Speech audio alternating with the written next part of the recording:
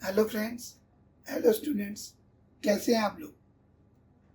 आज हम लोग बेटा ट्रिग्नोमेट्री चैप्टर क्लास 10th का उसकी सेकेंड एक्सरसाइज करेंगे 8.2, जिसमें ट्रिग्नोमेट्रिक टेबल का इस्तेमाल होगा। तो पहले हम ट्रिग्नोमेट्रिक टेबल बनाना सीखेंगे बेटा कि ट्रिग्नोमेट्रिक टेबल बनती कैसे है। उसकी एक ट्रिक भी सिखाऊंगा मैं आपको कि ट्रिग्नोमेट्रिक टेबल किस एक ट्रिक से उसकी वैल्यू जल्दी से हम कैसे फाइंड कर सकते हैं। ठीक है बेटा, और उसके बाद हम क्वेश्चंस करेंगे। तो शुरू करते हैं बेटा। सबसे पहले हम ट्रिग्नोमेट्रिक टेबल करते हैं कि टेबल बनी कैसे और कौन कौन से एंगल पर वैल्यू यूज होंगी। वैसे तो ट्रिग्नोमेट्रिक टेबल 0 से लेके 360 तक होती है या उससे भी बड़ी है टेबल, बट हमारी जो 10th क्लास में जो ट्रिग्नोमेट्रिक टेबल है वो ओनली 0 to 90 डिग्री तक है और उसमें भी कुछ ही एंगल है। ठीक है बेटा, तो देखो कैसे। जो ट्रिग्नोमेट्रिक टेबल है वो एक है 0 डिग्री पर, 30 डिग्री पर, 45 डिग्री पर, 60 डिग्री पर और 90 डिग्री। सिर्फ इन्हीं एंगल पर ट्रिग्नोमेट्रिक टेबल फाइंड होगी बेटा। और ट्रिग्नोमेट्रिक टेबल में वैल्यू किसकी फाइंड करेंगे हम। हमारी 6 ट्रिग्नोमेट्रिक रेशियो होती है बच्चे, sine theta, cos theta, tan theta. और कौन सी होती है, sine theta, cos theta, tan theta. और 3 इनके उल्टे होते हैं, साइन का उल्टा कॉस सेक, कॉस का उल्टा सेक थीटा और टेन का उल्टा बेटा जी कॉट थीटा। तो हमारी टोटल 6 ट्रिग्नोमेट्रिक रेशियो है जिनकी हम ट्रिग्नोमेट्रिक टेबल में वैल्यू सीखेंगे आज। सबसे पहले बेटा 0 डिग्री, 30, 45, 60 और 90 पे सीखना है। तो इसे बनाने के लिए हम वैल्यू ऐसे लिखते हैं 0, 1, 2, 3, 4। मैक्सिमम वैल्यू क्या आई 4, तो सबके अपॉन में 4 आ जाएगा। 0/4, 1/4, 2/4, 3/4, 4/4। फिर हम निकाल देंगे बेटा जी इनका स्क्वायर रूट। इन सब का क्या निकाल देंगे हम, स्क्वायर रूट। तो अब जब हम इसको सॉल्व करेंगे तो हमारे पास साइन थीटा की वैल्यू आएंगी, यानी 0/4 क्या होता है 0, 0 का स्क्वायर रूट भी 0, तो साइन 0 डिग्री हमारा 0। ऐसे ही 1 का स्क्वायर रूट 1, 4 का स्क्वायर रूट 2, तो यानी साइन 30 डिग्री की वैल्यू हमारे पास क्या हो गई 1/2 हो गई। ऐसे ही देखो ये 2 से कट जाएगा, ऊपर 1 आ गया। 1 का स्क्वायर रूट 1 और 2 का स्क्वायर रूट 2 ही होता है बेटा। तो साइन 45 क्या हो गया बच्चे 1/√। ऐसे ही 3 का स्क्वायर रूट 3, 4 का स्क्वायर रूट 2, तो साइन 60 डिग्री कितना आ गया √3/2 और 4 से 4 कैंसिल, क्या बचा 1। 1 का स्क्वायर रूट क्या होता है बेटा जी 1, साइन 90 डिग्री कितना आ गया 1। तो ये हमारे पास साइन थीटा की वैल्यूज आ गई कि साइन 0 डिग्री 0 होता है, साइन 30 1/2 होता है, साइन 45 1/√2 होता है, साइन 60 √3/2 होता है और साइन 90 1 होता है। ठीक है बेटा जी। अब हम निकालेंगे कॉस थीटा की वैल्यू। तो कॉस में वैल्यू उल्टी हो जाती है, पहले 1, फिर √3/2, फिर 1/√2, फिर 1/2 और 0। यानी साइन 0 अगर 0 है तो कॉस 90 0 होगा, और साइन 90 अगर 1 है तो कॉस 0 1 होगा। ये इंटरचेंज हो जाती है ऐसे।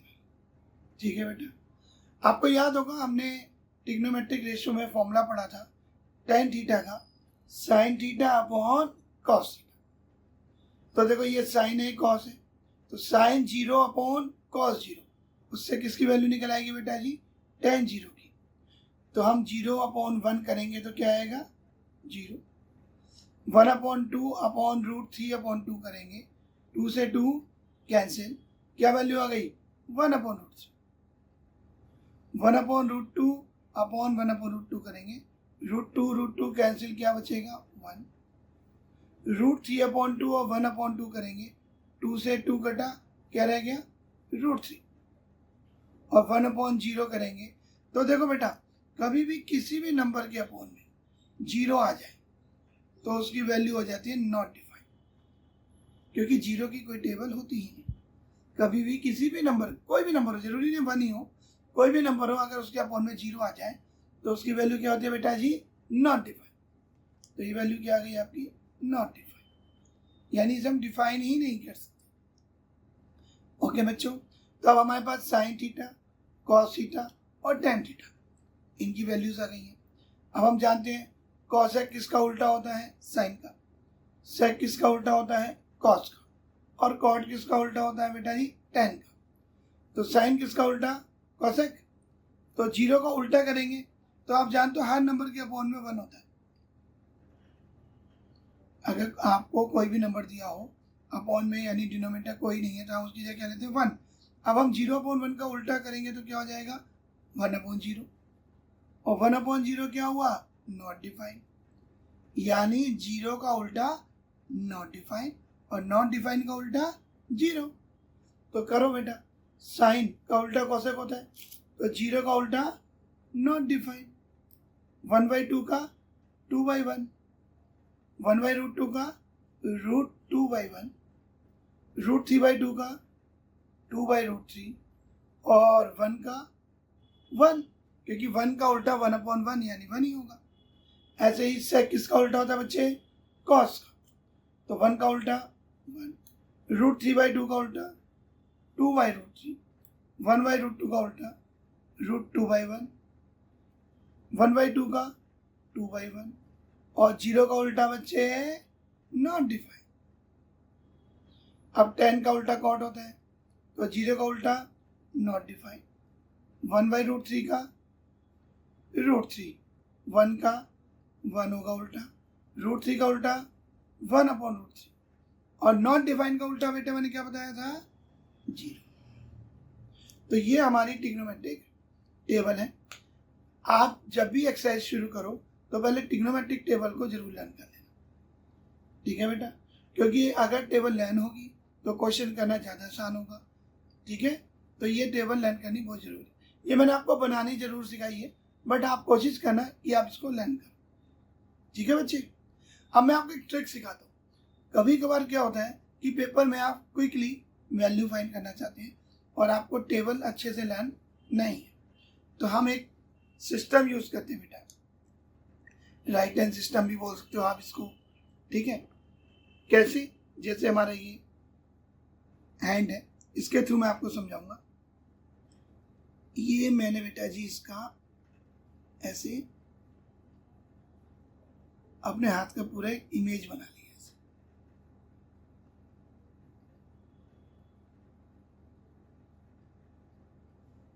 ठीक है बेटा। तो हम इसे फिंगर पे भी देख सकते हैं ऐसे डायरेक्ट। ये हमारी पहली फिंगर है, इसे हम 0 डिग्री बोलेंगे। दूसरी फिंगर को हम 30 डिग्री बोलेंगे, तीसरी को 45 डिग्री, चौथी को 60 डिग्री, और जो आखिरी फिंगर होगी उसे क्या बोलेंगे हम 90 डिग्री। अब यहां से हम साइन थीटा और कॉस थीटा की वैल्यू निकाल सकते हैं। कैसे बेटा, जैसे मान लो यहां पर फॉर्मूला हम लेके चलते हैं √/2, √n/2। तो ये √n, ये n की वैल्यू क्या होती है। अगर मैं साइन थीटा की वैल्यू निकालूं, किसके निकालूं, साइन की, जैसे मुझे मान लो साइन 30 डिग्री निकालना है, ठीक है। तो 30 डिग्री ये होता है, 30 डिग्री जो मेरी फिंगर है उसके नीचे कितनी फिंगर आ रही है, सिर्फ एक ही फिंगर बच रही है, तो यानी n की वैल्यू 1 होगी। अगर मुझे साइन 45 डिग्री निकालना, 45 ये वाली फिंगर है, तो उसके नीचे कितनी फिंगर बच रही है, 2, तो n की वैल्यू क्या हो जाएगी, 2 हो जाएगी। और अगर मुझे साइन 60 डिग्री निकालना है, ये 60 है, तो 60 के नीचे फिंगर कितनी बच रही है, 1 2 3, तो n की वैल्यू 3 हो जाएगी। देखो कैसे है, साइन 30 कितनी फिंगर है 30 के नीचे? Only 1 finger. 30 के नीचे सिर्फ एक फिंगर आ रही है, ये 30 है हमारा, तो एक फिंगर आ रही है तो मैं इनकी जगह 1 रखूंगा, यानी √1/2, यानी 1/2। तो देखो साइन 30 की वैल्यू 1/2। अब आ जाओ साइन 45 इसके नीचे कितनी फिंगर आ रही है? 2, तो मैं n की वैल्यू 2 पुट करूंगा, यानी √2/2। ये दोनों कटेंगे तो 1/√2। तो देखो बेटा जी साइन 45 1/√2 होता है। ऐसे हम साइन 60 निकालेंगे। अब देखो 60 यानी ये वाली फिंगर, अब इस फिंगर के नीचे कितनी फिंगर आ रही है? 1 2 3, तो हम क्या लेंगे n की वैल्यू अब 3/2। तो देखो साइन 60 की वैल्यू √3/2। समझ में आ गया बेटा? ऐसे ही हम कॉस की भी वैल्यू फाइंड कर सकते हैं। कॉस 30, कॉस 45 और कॉस 60। कॉस में क्या होता है? कॉस में उल्टा लेते हैं हम, साइन में नीचे की फिंगर काउंट करते हैं, कॉस में ऊपर की फिंगर काउंट करते हैं। कैसे? जैसे कॉस 30 है तो 30 वाली ये फिंगर है, अब इसके ऊपर कितनी फिंगर बची है? 1 2 3, कितनी फिंगर ऊपर? 3, तो हम n की जगह क्या पुट कर देंगे? 3, तो √3/2। तो देखो cos 30 √3/2 आ रहा है बेटा समझ में? ये ट्रिक आप पेपर में यूज कर सकते हैं, इससे आपका टाइम बचेगा। ऐसे ही 45 ये ना, अब 45 के ऊपर कितनी फिंगर है? ओनली 2 फिंगर है, तो यहाँ पर हम n की जगह 2 पुट कर देंगे /2, इसे कैंसिल करेंगे तो 1/√2। ऐसे ही जब मैं 60 लूंगा तो उसके ऊपर कितनी फिंगर है? ओनली 1 फिंगर, तो n क्या पुट कर दूंगा? 1, तो हमारे पास वैल्यू क्या आ जाएगी? 1/2। तो आप देखो cos 60 की वैल्यू 1/2 होती है। तो समझ में आया बेटा? आप ट्रिग्नोमेट्रिक टेबल लर्न करो, वो ज़्यादा बेस्ट है। अगर आप ट्रिक का इस्तेमाल करना चाहो तो आप ट्रिक से ऐसे कर सकते हैं, आप टेबल भी बना सकते हैं। ठीक है बच्चों, अब हम लोग ट्रिग्नोमेट्रिक टेबल के अकॉर्डिंग क्वेश्चंस करेंगे जो हमारी 8.2 एक्सरसाइज है। ठीक है बेटा, जैसे ये हमारा फर्स्ट क्वेश्चन है एक्सरसाइज 8.2 का। कहता है evaluate the following sine 60 degree, cos 30 degree, sine 30 degree, cos 60 degree. पहले हम इनकी वैल्यूज पुट करेंगे। तो बेटा जी साइन 60 होता है √3/2, इसलिए मैंने कहा कि अगर आप लर्न करके पुट करोगे तो आपकी स्पीड भी बढ़ेगी और क्वेश्चन भी सही होगा। कॉस 60 की वैल्यू, कॉस 30 की वैल्यू वो भी √3/2, साइन 30 1/2 और cos 60 की वैल्यू भी 1/2। अब ब्रैकेट ओपन करो, √3 × √3 3, 2 × 2 4, 1 × 1 1 और 2 × 2 4। इनका क्या ले लेंगे हम बेटा? एलसीएम। जब एलसीएम सेम तो न्यूमरेटर भी सेम आ जाएंगे, 3 + 1, 3 और 1 को ऐड करेंगे तो 4/4 और इन्हें कैंसिल करेंगे तो क्या आंसर आएगा? 1। समझ में आया? ट्रिग्नोमेट्रिक टेबल के क्वेश्चन बहुत सिंपल होते हैं, इनमें बस ट्रिग्नोमेट्रिक टेबल से वैल्यू रखनी है और सॉल्व करना है। चलो अब हम सेकंड पार्ट देखते हैं बेटा। ये सेकंड पार्ट है, इनमें भी वैल्यू रखो 2। देखो ये 10² 45 है बेटा, तो आप जो भी वैल्यू रखोगे 10 45 उसका क्या करना पड़ेगा? आपको स्क्वायर करना पड़ेगा। तो 10 45 क्या होता है आपका? 1, तो 1 का स्क्वायर। ऐसे ही cos 30 होता है √3/2, यहाँ भी स्क्वायर है तो उसका स्क्वायर।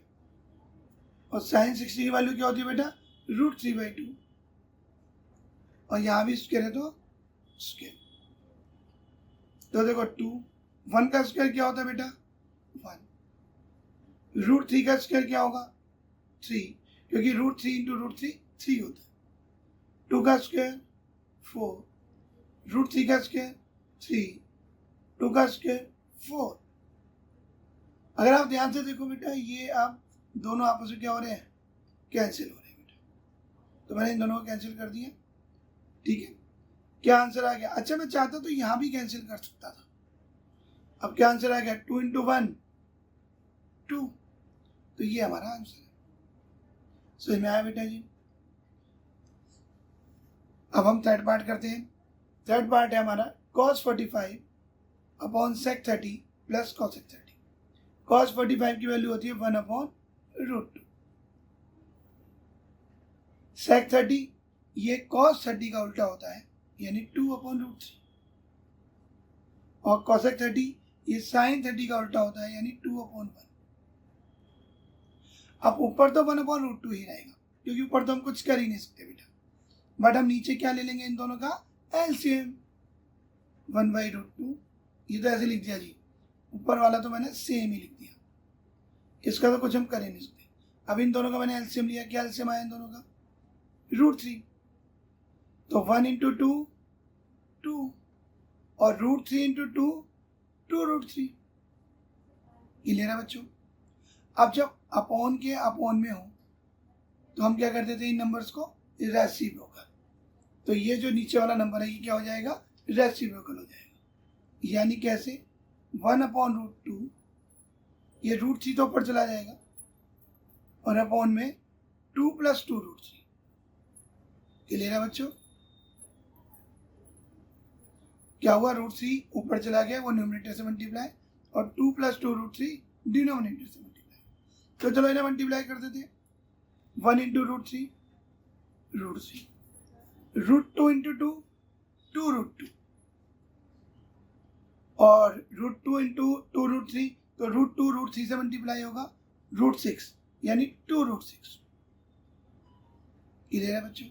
अब हम क्या करेंगे, √3 तो ऐसे ले लिए, अब √2 और √6 में √6 ग्रेटर नंबर है, तो हम इसको आगे ले लेंगे, यानी 2√6 आगे और प्लस 2√2 पीछे। क्योंकि प्लस में नंबर आप आगे पीछे करो उससे कोई फर्क नहीं पड़ता। वो हमने इसलिए ऐसा किया ताकि आगे जाके क्वेश्चन में माइनस की प्रॉब्लम ना आए। अब आपको याद होगा, आपने 9th में ऐसे क्वेश्चन किए थे बेटा, कभी भी क्वेश्चन में डिनोमिनेटर में रूट आ जाए तो हम क्या कर देते हैं, उसको रैशनलाइज कर देते हैं। ये 2√6 प्लस 2√2 है, तो रैशनलाइज करेंगे तो 2√6 माइनस, प्लस है तो माइनस हो जाता है, और माइनस है तो प्लस हो जाता है। तो ये आ जाएगा 2√2 अपॉन 2√6 माइनस 2√2। अब अपॉन में देखो, आप जब भी आप रैशनलाइज करते हैं तो अपॉन में एक फॉर्मूला लगता है, a plus b a minus b. एक जैसे नंबर एक बार प्लस में और एक बार माइनस में। क्या फॉर्मूला होता है बेटा? a plus b a minus b a square minus B square. ये हमारा फॉर्मूला है बेटा। तो फॉर्मूला हमेशा जो भी आप यूज करोगे वो फॉर्मूला हमेशा अलग से मेंशन जरूर करना, क्योंकि फॉर्मूले के बेटा मार्क्स होते हैं। आपको ये मेंशन करना पड़ेगा कि आपने कौन सा फॉर्मूला यूज किया है। आप इन्हें मल्टीप्लाई करते हैं, √3 को जब 2√6 से करेंगे तो √3 इंटू √6 √18, यानी 2√18। √3 को जब 2√2 से करेंगे तो 2√6, और नीचे क्या फॉर्मूला लगेगा? a plus b a minus B. क्या फॉर्मूला होता है बेटा? a square minus B square. a यानी 2√6 का स्क्वायर, और b स्क्वायर यानी 2√2 का स्क्वायर। ओके बच्चों, अगर √18 के फैक्टर हो रहे हैं तो आप फैक्टर करो। तो फैक्टर क्या बनेंगे 2√18 के? Prime factor 2 into 3 into 3। 6 के प्राइम फैक्टर 2 इंटू 3। अब 2√6 का स्क्वायर, तो 2√6 का स्क्वायर का मतलब हुआ आप 2√6 को 2√6 से ही मल्टीप्लाई कर रहे हो। तो देखो बेटा, 2 2 जा 4, विदाउट रूट वाला विदाउट रूट से होता है, और रूट वाला रूट वाले से होता है। तो √6 इंटू √6 6, तो 4 6 से क्या होगा? 24। तो 2√6 का स्क्वायर आएगा 24। ऐसे 2√2 का स्क्वायर करो, यानी 2√2 को 2√2 से मल्टीप्लाई। सेम, विदाउट रूट वाला विदाउट रूट से मल्टीप्लाई होगा, तो 2 2 जा 4, और √2 से होगा, √2 इंटू √2 2, तो 4 2 जा क्या आ गया? 8।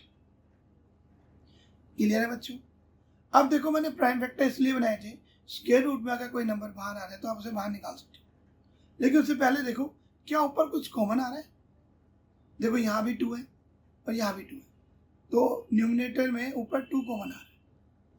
ठीक है, मैंने 2 कॉमन ले लिया। अब अंदर देखो बेटा, 3 यहाँ 2 बार है, तो जब 2 का पेयर बनता है तो रूट से एक बार नंबर बाहर आ जाता है, तो ये 3 बाहर आ जाएगा, अंदर क्या बचेगा, रूट। ऐसे ही यहाँ देखो, बट यहाँ तो कोई पेयर नहीं बन रहा। जब कोई पेयर ही नहीं है तो कोई नंबर बाहर आएगा ही नहीं रूट से, तो यहाँ पूरा नंबर ही ले लेंगे, यानी 2 3 जा रूट 6 अपॉन में 24 में से 8 माइनस करेंगे तो क्या आएगा बेटा जी, 16। देखो अब ये 2 से 16 कट रहा है, कितने में क्या बेटा, 8 में। तो हमारा आंसर क्या आ गया, 3√2 माइनस रूट 6 अपॉन 8। ये बहुत इंपॉर्टेंट क्वेश्चन है बेटा, इसे ध्यान से करना। समझ में आ गया सबको? ठीक है बच्चों, अब हम अगला पार्ट करते हैं। हमारा जो फोर्थ पार्ट है वो ये है sin 30 plus tan 45 minus cos 60, sec 30 plus cos 60 plus cot 45। तो हम इन सब की ट्रिग्नोमेट्रिक टेबल से वैल्यू पुट करेंगे। sin 30 की वैल्यू होती है हमारी बच्चे 1/2, tan 45 1 और cosec 60 2/√3, क्योंकि cosec 60 sin 60 का उल्टा होता है। sin 60 क्या होता है बेटा हमारा, √3/2, तो cosec 60 2/√3। क्लियर है बच्चों? ऐसे ही sec 30 cos 30 का उल्टा होता है, तो ये भी क्या होगा, 2/√3। cos 60 की वैल्यू 1/2 और cot 45 बच्चों 1। पहले हमने इन सब की वैल्यू पुट कर। क्लियर है बेटा? अब हम क्या करेंगे, न्यूमरेटर का एलसीएम अलग लेंगे इनका और डिनोमिनेटर का एलसीएम अलग। तो देखो 2 1 और √3 का एलसीएम मैं राइट हैंड साइड में लेके दिखाता हूँ साथ में, ताकि आपको क्लियर हो। 2 1 और √3 का एलसीएम 2√3 है। ओके, अब मैं क्या करता हूँ, 2 से इसे डिवाइड करूंगा तो 2 कैंसिल, √3 बचेगा, वो √3 न्यूमिनेटर से मल्टीप्लाई होगा, तो 1 इंटू √3 1√3। ऐसे मैंने 1 से इसे डिवाइड किया 2√3 को, तो 2√3 ही बचेगा। अब 2√3 को ऊपर 1 से मल्टीप्लाई करूंगा तो 2√3 ही आएगा। ऐसे √3 को मैंने इससे डिवाइड किया तो √3 कैंसिल, क्या बचा बच्चों, 2। अब 2 पर 2 से मल्टीप्लाई होगा तो 4। ऐसे ही आप नीचे वाले में आ जाओ, यहां भी √3 और 2 का और 1 का एलसीएम क्या आएगा बच्चे, 2√3। सेम, अब मैं √3 से डिवाइड करूंगा तो क्या बचेगा, 2। 2 पर 2 से मल्टीप्लाई होगा तो 4। अब मैं 2 से इसे डिवाइड करूंगा, 2 कैंसिल, √3 को ऊपर 1 से मल्टीप्लाई करूंगा तो 1√3। अब मैं 1 से इसको डिवाइड करूंगा तो 2√3 और 2√3 को ऊपर 1 से मल्टीप्लाई करूंगा तो 2√3।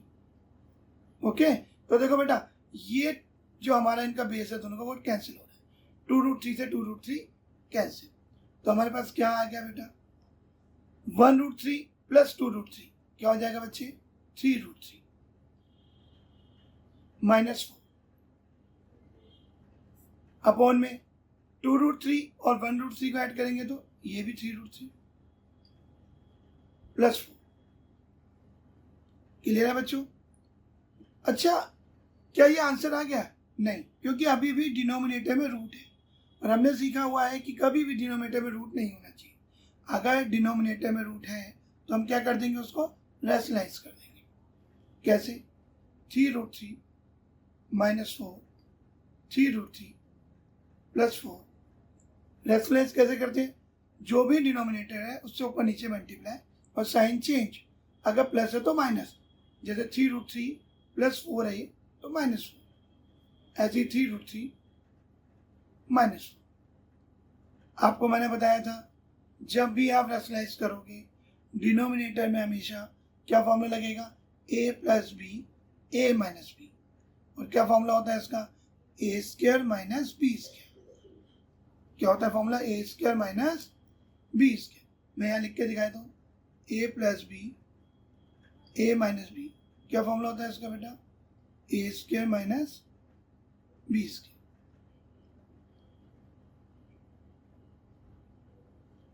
क्लियर है बच्चों? तो चलो करते हैं। नीचे तो फॉर्मूला लगेगा ए plus B A minus B यानी ए स्क्वायर माइनस बी यानी 4 का स्क्वायर, और ऊपर देखो आप दोनों सेम है, तो ये हो गया A minus B A minus B A minus B का होल स्क्वायर। अब यहाँ पे कौन सी आइडेंटिटी यूज होगी? ए माइनस बी का होल स्क्वायर। क्या होती है बेटा आइडेंटिटी ए माइनस बी का whole square? A minus B का होल स्क्वायर होता है हमारा A square plus B square minus 2ab। ये हमारी दो आइडेंटिटी यहाँ यूज हो रही है। ठीक है बच्चों, तो खोलो। ए माइनस बी का होल स्क्वायर क्या होगा? A square plus B square minus 2 A यानी 3√3 और बी यानी 4।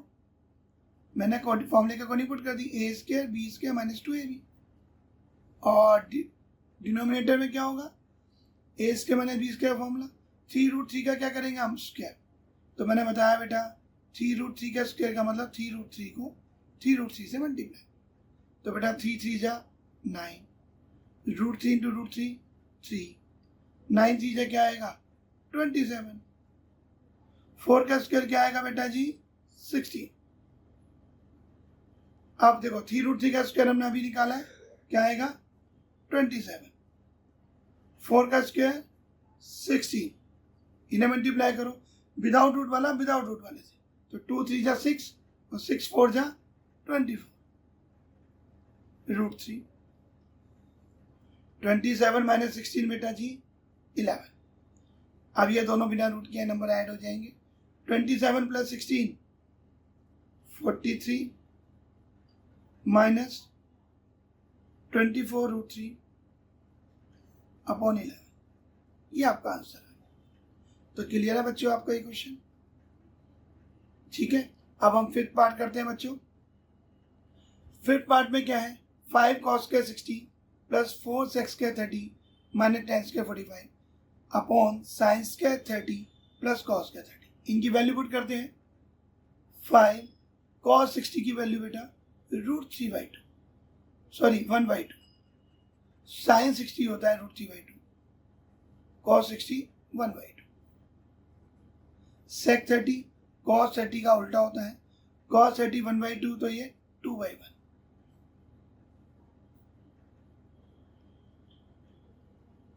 सॉरी, cos 30 होता हमारा √3/2, तो ये होगा 2/√3। ओके, और tan 45 की वैल्यू बेटा 1। sin 30 की वैल्यू 1/2 का स्क्वायर और cos 30 की वैल्यू √3/2 का स्क्वायर। ओके, अब देखो यहाँ क्या आएगा? 5, 1 का स्क्वायर 1, 2 का स्क्वायर 4, 4, 2 का स्क्वायर 4, √3 का स्क्वायर 3, 1 का स्क्वायर 1 अपॉन 1, और डिनोमिनेटर में क्या आएगा? 1 का स्क्वायर 1, 2 का स्क्वायर 4, √3 का स्क्वायर 3 और 2 का स्क्वायर बेटा जी 4। अब मैंने क्या बताया था? न्यूमिनेटर का एलसीएम अलग और डिनोमिनेटर का एलसीएम अलग। तो हम यहीं पे सामने इसलिए करते हैं ताकि हमें समझ में आए कि हम इसका एलसीएम दे रहे हैं। तो 4, 3 और 1 का एलसीएम क्या आएगा बेटा? 12। 4 से डिवाइड करेंगे 12 को तो क्या आएगा? 3, फिर 3 ऊपर मल्टीप्लाई होगा तो 3 5 जा 15 और 15 इंटू 1 15, फिर 3 की 10 में 12 कितने पे आता है? 4 पे। 4 ऊपर मल्टीप्लाई होगा, 4 4 जा 16, फिर 16 इंटू 4 64। 1 की 10 में 12 कितने पे आता है? 12 पे। तो 12 इंटू 1 12। अब ऐसे ही इनका एलसीएम लो, 4 और 4 का एलसीएम 4 ही आएगा। तो जब एलसीएम सेम तो न्यूमरेटर भी सेम, तो 1 + 3 ये सेम आ गया। अब इन्हें ऐड कर दो, 15 + 64 कितना हो गया बेटा जी? इन दोनों को प्लस करके 12 का माइनस कर दो। इनको मैंने ऐड किया तो 15 + 64 69, 79 - 12 कितना आ जाएगा? 67 अपॉन 12 और अपॉन में 4/4 ये हो गया 3/4 अपॉन 4, 4 से 4 कैंसिल, तो हमारा आंसर क्या आ गया बेटा जी? 67/12। क्लियर है बच्चों? तो ये क्वेश्चन बहुत सिंपल होते हैं, बस ट्रिग्नोमेट्रिक टेबल से आपको उनकी वैल्यू पुट करनी होती है। ओके बेटा, नेक्स्ट क्वेश्चन पे आते हैं। हमारा सेकंड क्वेश्चन है, choose the correct option and justify your choice. आपको एक क्वेश्चन दिया हुआ है और 4 ऑप्शंस दी हुई हैं। कहता है कि आप इसको सॉल्व करो और सही आंसर पे टिक करना है। ओके, चलो हम इसे सॉल्व करते हैं। हमारे पास क्वेश्चन क्या है? 2 tan 30 degree 1 + tan square 30 degree. अब हम इनकी वैल्यू पुट करते हैं। 2 tan 30 की वैल्यू 1/√3, 1 + tan 30 की वैल्यू 1/√3 और उसका स्क्वायर। ओके, तो ऊपर क्या आ जाएगा? 2 बन जा 2 अपॉन √3, अपॉन में क्या आएगा? 1, 1 का स्क्वायर 1 और √3 का स्क्वायर 3। अब देखो बेटा, न्यूमरेटर में तो कुछ कर ही नहीं सकते, ये तो ऐसे ही सेम लिखा रहेगा 2/√3। ठीक है, अब इन दोनों का हम क्या ले लेंगे? एलसीएम। 3 एलसीएम आ गया, 3 बन जा 3, 1 बन जा 1। क्या आ जाएगा बेटा? 2/√3, 3 और 1 4/3। ठीक है बच्चों, तो जब भी अपॉन के अपॉन में होता है, मैंने बताया था हम क्या करते थे? रेसिप्रोकल।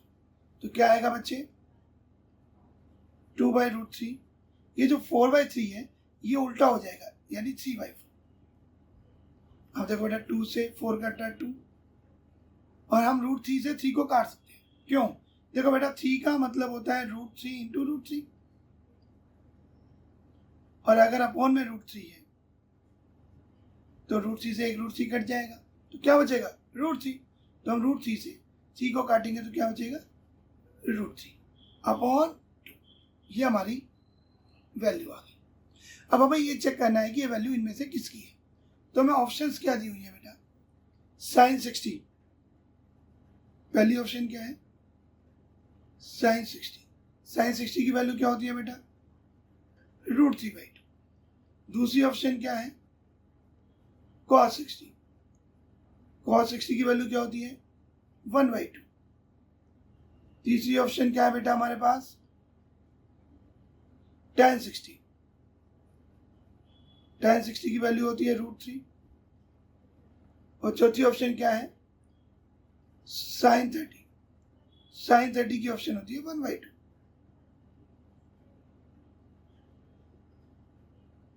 ठीक है, तो इनमें से कौन सा आंसर है बेटा आपका? आप मैच करो, √3/2 किस पे आ रहा है? sin 60 पे। तो हमारा आंसर कौन सा होगा? sin 60, यानी ए पार्ट। समझ में आया बेटा? पेपर में ऐसे ऑप्शनल क्वेश्चन आते हैं कि आप उन्हें सॉल्व करो और बताओ उनमें कौन सी ऑप्शन है, यानी कौन सी वैल्यू आंसर है। और देखो बेटा, जैसे इसका second part, 1 - tan square 45, 1 + tan square 45, इसको सॉल्व करते हैं। 1 - tan square 45, 1 + tan square 45, 1 - tan 45 क्या होता है? 1, 1 का स्क्वायर। 1 + tan 45 क्या होता है बेटा? 1, 1 का स्क्वायर। 1 - 1 का स्क्वायर बेटा 1, 1 + 1 का स्क्वायर बेटा 1, 1 - 1 0 और 1 और 1 2। तो बेटा 0/2 क्या होगा? 0। तो बताओ इनमें से कौन सी ऑप्शन है? D part. क्लियर है बच्चों? अब अगला पार्ट देखो, ये थोड़ा डिफरेंट है। कहता है sine 2a equal to 2 sine a is true when, यानी साइन 2a 2 साइन ए होगा कब? मतलब ये दोनों आपस में इक्वल होंगे कब? जब हम a क्या लें? 0 डिग्री लें, 30 लें, 45 लें या 60 लें। तो हमें ये सारे एंगल इस कंडीशन में पुट करके चेक करने होंगे।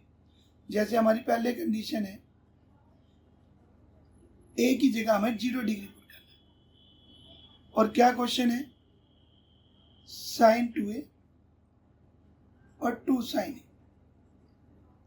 चलो हम इनमें वैल्यू पुट करके देखते हैं। a की जगह क्या पुट करना है? 0। देखो साइन 2a यानी 0, साइन 2 इंटू 0 क्या होगा बेटा? 0 डिग्री। अब साइन 0 की वैल्यू क्या होती है मेरे बच्चे? 0। समझ में आ गया बेटा? अब यहां आ जाओ, 2 a की जगह मैंने क्या पुट किया? 0 डिग्री। 2 ऐसे ही रहेगा। साइन 0 डिग्री की वैल्यू क्या होती है बेटा? 0। और 2 इंटू 0 0। लो जी, यहां तो पहले ही आंसर सही आ गया। यानी हमें तो यही पता चल गया कि ये दोनों साइड, लेफ्ट हैंड साइड और राइट हैंड साइड इक्वल आ रही हैं। यानी हमारी जो पहली ऑप्शन है वही आंसर है। बट मान लो पहली ऑप्शन सही नहीं आती, तो हम दूसरी ऑप्शन चेक करते हैं। तो मैं आपको एक एक्स्ट्रा ऑप्शन चेक करके दिखा देता हूँ, जहाँ की आपको क्लियर होगी कैसे चेक करना है। मैं आपको 30 डिग्री पे भी चेक करके दिखाता हूँ, जबकि मैं पता है कि आंसर 0 डिग्री है, बट आपकी प्रैक्टिस के लिए और नॉलेज के लिए मैं आपको कर रहा हूँ। क्या क्वेश्चन है? Sine 2a equal to 2 sine A. अब जहां भी है वहां मैं 30 डिग्री पुट कर दूंगा। तो यहां पुट करो 30, साइन 2a की जगह 30 डिग्री, 2 इंटू 30 60 डिग्री हो जाएगा। अब साइन 60 क्या होता है बेटा जी? √3/2। ऐसे यहां पुट करो 2 साइन ए, मैं a की जगह क्या पुट कर दूंगा? 30 डिग्री। अब 2 साइन 30 कितना होता है बच्चे? 1/2। 2 से 2 कैंसिल, तो क्या आंसर आ गया? 1। तो देखो left hand side is not equal to right hand side. क्या ये दोनों वैल्यू इक्वल आ रही है? नहीं आ रही। तो इसका मतलब हमारा आंसर क्या है बेटा? पहला ऑप्शन है। क्लियर है बेटा सबको? आया बेटा सबको समझ में? ठीक है। इसका फोर्थ पार्ट देखते हैं बच्चे। वैसे फोर्थ पार्ट जो है आप ध्यान से देखोगे तो फर्स्ट पार्ट की तरह ही है, बस दोनों में डिफरेंस क्या है? आप डिफरेंस देखो, यहाँ प्लस है और यहाँ पर माइनस है। यानी कैलकुलेशन ऐसे ही होगी जैसे हमने पिछले क्वेश्चन में की थी। तो समझते हैं। क्वेश्चन है 2 tan 30 upon 1 minus tan square 30। अब हम इनकी वैल्यू पुट करते हैं। tan 30 होता है 1/√3, 1 माइनस tan स्क्वायर 30 यानी 1/√3 का स्क्वायर। अब क्या आ जाएगा बेटा? 2 इंटू 1 2 अपॉन √3। ये बात ध्यान रखना, न्यूमरेटर सिर्फ न्यूमरेटर से मल्टीप्लाई होता है। बच्चे, बहुत से बच्चे क्या करते हैं? 2 को 1 से भी कर देते हैं, √3 से भी, वो गलत है। अब नीचे आ जाओ, 1 का स्क्वायर 1 और √3 का स्क्वायर 3। तो देखो हमारा न्यूमरेटर तो वही सेम चलता रहेगा। डिनोमिनेटर में हमें क्या लेना पड़ेगा? एलसीएम। तो 3 और 1 का एलसीएम क्या आएगा? 3। 3 बन जा 3, 1 बन जा 1। तो बेटा क्या आ जाएगा? 2√3 अपॉन 3 माइनस 1 2 अपॉन 3। अब मैंने बताया था अभी कि अगर कभी भी ऐसे नंबर हो तो जो नीचे वाला नंबर है वो क्या हो जाता है? रिवर्स, उल्टा हो जाता है, रेसिप्रोकल। यानी 3 ऊपर चला जाएगा और 2 नीचे। जो 2 से 2 कैंसिल, √3 से 3 भी कैंसिल। मैंने बताया था आपको 3 का मतलब √3 इंटू √3। और अगर मैं उसे √3 से डिवाइड करूंगा तो मेरे पास एक ही √3 बचेगा, तो मेरा आंसर आया √3। अब मैं चेक करूंगा कि √3 इनमें से किस पे आता है। तो देखो बेटा, वैल्यू चेक करते हैं। cos 60 की वैल्यू बताओ आप लोग। cos 60 होता है हमारा 1/2, sin 60 √3/2, tan 60 √3, sin 30 1/2। तो बताओ कौन सा आंसर हुआ? √3 किस पे आता है? tan 60। तो हमारा सी पार्ट आंसर हो गया। क्लियर है बच्चों? आगे समझ में? अब हम अगला क्वेश्चन करते हैं। इफ ये अलग टाइप के क्वेश्चन हैं। इनमें क्या होता है, ये क्वेश्चन में कहता है if tan a plus b equal to √3 and tan a minus b equal to 1/√3, और जीरो जो a प्लस बी है यानी a और b दोनों का टोटल है 0 डिग्री से तो ग्रेटर होगा और 90 डिग्री या उससे छोटा होगा, यानी a और b दोनों के दोनों एक्यूट एंगल है, तभी तो इनका सम 90 है उससे छोटा होगा। और कहता है a is greater than b, यानी जो एंगल a है वो एंगल b से ग्रेटर है। आगे कहता है फाइंड a एंड b। अब हमें a और b दोनों एंगल उनकी वैल्यू फाइंड करनी है। सॉल्यूशन, पहले हमारे पास क्या है? पहली कंडीशन है tan a plus b equal to √3, दूसरी है tan a minus b equal to 1/√3। अब ये tan हटेगा तभी तो a और b निकलेगा, तो हम tan को हटाने के लिए हमें यहां भी tan लाना होगा राइट हैंड साइड में। तो हम ये देखेंगे कि tan में कितने डिग्री पर √3 आता है। तो अगर आपने टेबल लर्न किया है तो आपको पता होगा tan में √3 कितने डिग्री पर आता है मेरे बच्चों? tan 60 पर।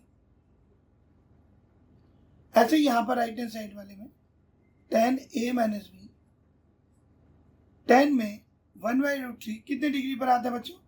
tan 30 पर। क्लियर है बच्चों? तो ये tan एक दूसरे से कैंसिल हो जाते हैं। आपको इन्हें काट के नहीं दिखाना है, डायरेक्ट हटा देना है। तो tan से कैंसिल हो गया, तो a प्लस बी किसके इक्वल आ गया? 60 डिग्री। ये हमारी पहली कंडीशन है। और यहां भी tan से tan कैंसिल, तो a माइनस बी किसके इक्वल आ गया बेटा? 30 डिग्री। ये हमारी दूसरी कंडीशन है। क्लियर है बच्चों? a plus b 60, a minus b 30। अब ये दो इक्वेशन आ गई, दो लीनियर इक्वेशन है इन टू वेरिएबल्स। याद होगा हम थर्ड चैप्टर में हम लोगों ने सीखा था, इन्हें एलिमिनेशन, सब्स्टिट्यूशन किसी भी मेथड से हम सॉल्व कर सकते हैं। तो हम लिखेंगे कैसे? a प्लस बी 60 डिग्री है, दूसरी equation a minus b 30 degree है। तो देखो b प्लस माइनस का है तो ये कैंसिल हो गया आपस में। a और a क्या हो जाएगा? 2a, और 60 प्लस 30 90 डिग्री। 2 कहाँ चला जाएगा बेटा? अपॉन में 90 अपॉन 2। 2 से कैंसिल करोगे तो कितना आएगा? 45। यानी मेरे पास a जो है उसकी वैल्यू क्या आ गई? 45 डिग्री। एंगल a तो आ गया, अब मुझे एंगल b चाहिए। तो एंगल a इन दोनों में से फर्स्ट या सेकंड किसी भी कंडीशन में पुट कर दो। तो पुट इन फर्स्ट कंडीशन। तो a की जगह हम 45 पुट कर रहे हैं। 45 प्लस b इक्वल टू कितना? 60 डिग्री। अब 45 डिग्री इधर जाके क्या होगा बेटा? Minus 60 degree minus 45 degree. तो b इक्वल टू 60 माइनस 45 यानी 15 डिग्री। और ये हमारा आंसर आ गया। तो बेटा हमारा a कितने डिग्री आया? 45 डिग्री, और b कितना आया? 15 डिग्री। क्लियर है सब बच्चों को बेटा? ऐसे क्वेश्चन जरूरी नहीं है कि 10 में ही है, ये साइन और कॉस में भी आ सकते हैं। जैसे मान लो वो, मैं आपको एक एक्स्ट्रा पॉइंट बताता हूँ। मान लो उसने दिया होता sine a plus b equal to √3/2। Okay, और कॉस ए माइनस बी, ये भी आपको √3/2 ही दिया होता। तो अब यहाँ पर साइन है, तो हम ये चेक करेंगे कि साइन में √3/2 कितने डिग्री पे आता है। साइन में √3/2 आता है बेटा जी साइन 60 पे। फिर साइन से साइन कैंसिल, तो a प्लस बी कितना आ जाएगा 60। ये हमारी फर्स्ट कंडीशन है। ओके, अच्छा ही कॉस में √3/2 कितने बात है, अगर कॉस है तो कॉस में चेक करेंगे। तो कॉस में √3/2 आता है बेटा जी कॉस 30 डिग्री। अब कॉस से कॉस कैंसिल, तो a माइनस बी क्या आ गया 30 डिग्री। ये हमारी दूसरी कंडीशन है। अभी ने फिर वही एलिमिनेशन है, सॉल्व कर। तो समझ में आया बेटा, ये जरूरी नहीं है टेन में ही आए, साइन में भी आ सकता है, कॉस में भी आ सकता है। ठीक है बच्चों, आपको ये एक्सरसाइज समझ में आ गई बेटा, लेकिन इसे करने से पहले आप टेबल जरूर लर्न करना बेटा। अच्छा बच्चों, बाय।